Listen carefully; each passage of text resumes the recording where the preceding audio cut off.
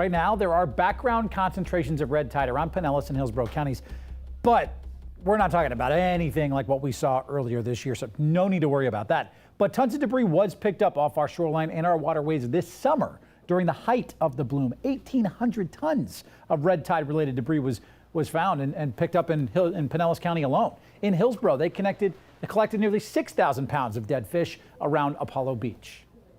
To help fight the red tide problem plaguing our beaches and waters, Governor Ron DeSantis is adding millions of dollars into the new budget. The money is aimed at improving water quality and offset the impacts of harmful algal blooms. 10 Tampa Bay's Emerald Morrow explains while some think this is a great start, others don't think it goes far enough. One of the best things about living here in the Tampa Bay area is the access we have to all of this beautiful water. It's part of the reason Governor DeSantis put $35 million in his new budget to help protect it from one of its biggest threats.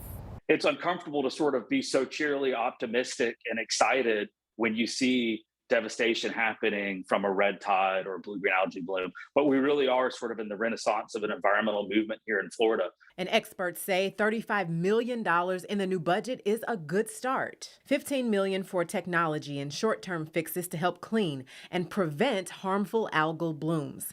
$10.8 million for water quality monitoring and the Blue-Green Algae Task Force, $5 million for county governments, and $4.2 million for research, including money for USF and MOAT. The benefits, though, of those projects, regardless as to where they are in Florida, are actually going to be able to help us all. Noah Valenstein is a presidential fellow in water policy at Florida Gulf Coast University and the former head of the Florida DEP. He says the state is investing in the environment like never before. But some say this does not address red tide at its roots. That approach fails to look at pollution at its source. Justin Bloom is founder of Suncoast Waterkeeper. He says we need better regulation and enforcement to prevent red tide to begin with. Efforts to come up with solutions once the red tide is already blooming on our coasts is really inefficient. The new proposed budget also includes $100 million for water treatment and the closure of Piney Point. Taking a deeper dive, here's how much it costs to clean up red tide in our communities this year. Pinellas spent the most, more than $3 million.